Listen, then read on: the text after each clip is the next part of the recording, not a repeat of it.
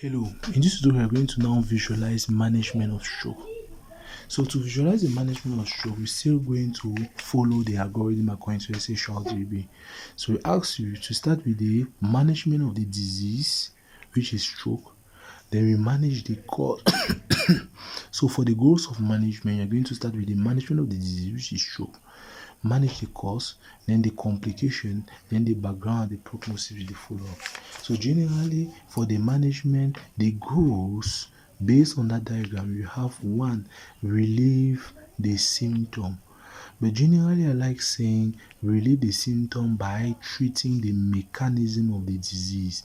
And the word mechanism of disease is very important because if the patient may have different symptoms, like in the case of a headache, and that headache is having a particular mechanism, there's a single best medication that is going to relieve that headache. Is it clear? Like in a case where there's a hemorrhagic stroke and the patient has headache, is it clear? It is the headache is most as a result of a raise in the cranial pressure. So the best single medication in order to relieve that headache is going to be an anti-edematous medication, and that is mannitol. Is it clear? So no need of using too many medication like all those analgesics. Is it clear? So you can use only a single medication in order to relieve the pain of the patient just by knowing the mechanism. So that's why I say relieve the symptom by treating the mechanism of the disease. The second one is to treat the cause. Is it clear? You treat the cause. The third one is to treat and prevent complication. Treat and prevent complication. The fourth one now is to prevent reoccurrence. By treating the background, and then the fifth one is the follow-up. So those are the different elements that you have to visualize in this patient. So now the first thing is relieve the symptom by treating. Now you need to know that generally when you relieve the symptom by treating the mechanism or treating the mechanism of disease, you need to know you use what is called the principle of management. Is it clear? You need to use the principle of management of stroke. Is it clear? So there is a principle of management of stroke of every disease when you want to relieve the symptom and treat the mechanism. Is it clear? There is a principle of management. Now, treating the cause, prevent the complication, prevent reoccurrence, you now use the means of management. When you want to treat this other one, you now use the means of management, and the means of management are divided into the general means of management. You have the general means of management, you have the pharmacological means of management, and you have the interventional. Interventional can be radiologic or it can be surgical intervention. Is it clear? So those are the three means of management that you have, and you are going to apply that when you want to treat as from the cause, the complication, preventing the reoccurrence. So now let's start with the first one, which is relieve the symptom by treating the mechanism of the disease. Now, when you want to relieve the symptom by treating the mechanism of the disease, is it clear? How are you going to do it? So when you have a patient that has a stroke, is it clear? So when you have a patient that has a stroke, the principle of management, when you do relieve the symptom by treating the mechanism, use the principle of management.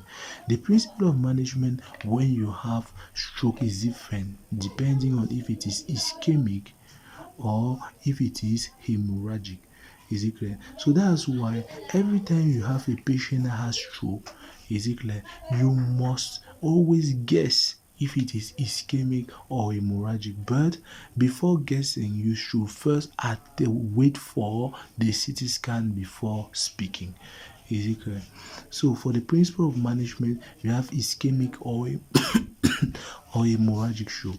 Now, if it is ischemic, is it clear? The principle of management is going to be reperfusion of the brain. Is it clear? Reperfusion of the brain. Is it clear? But when it is hemorrhagic, the principle of management is to prevent further bleeding. Prevent further bleeding. Is it clear? So that is those are the two principles of management that you are going to use. So now let's say that you have ischemic stroke. In reperfusion of the brain, what are the means you can use in order to reperfuse the brain? You have the first pharmacologic means. Is it clear? Pharmacologic means you use antithrombotics. Is it clear? Particularly fibrinolytic, sorry. You use fibrinolytic in order to reperfuse the brain so it can break down the blood clots. Is it clear? You use fibrinolytics so that it can break down the blood clots. And now, example of fibrinolytics, we have alteplase, we have streptokinase, is it clear? So those are examples of fibrinolytics that can break down the blood clot.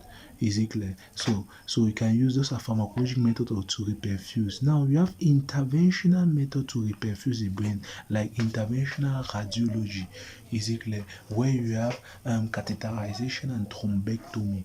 You can do a catheterization and thrombectomy in order to remove the blood clot. Is it clear? That is emergency reperfusion of the brain. Now, in case of a hemorrhagic stroke, instead, what you are going to do in order to prevent for further bleeding, the first thing is that you have to you can stop bleeding. Is it clear? You can stop bleeding and you have to prevent further reperfusion. Now, to stop the bleeding, you need to use medications like we have antifibrinolysis. Is it clear? You have to stop bleeding.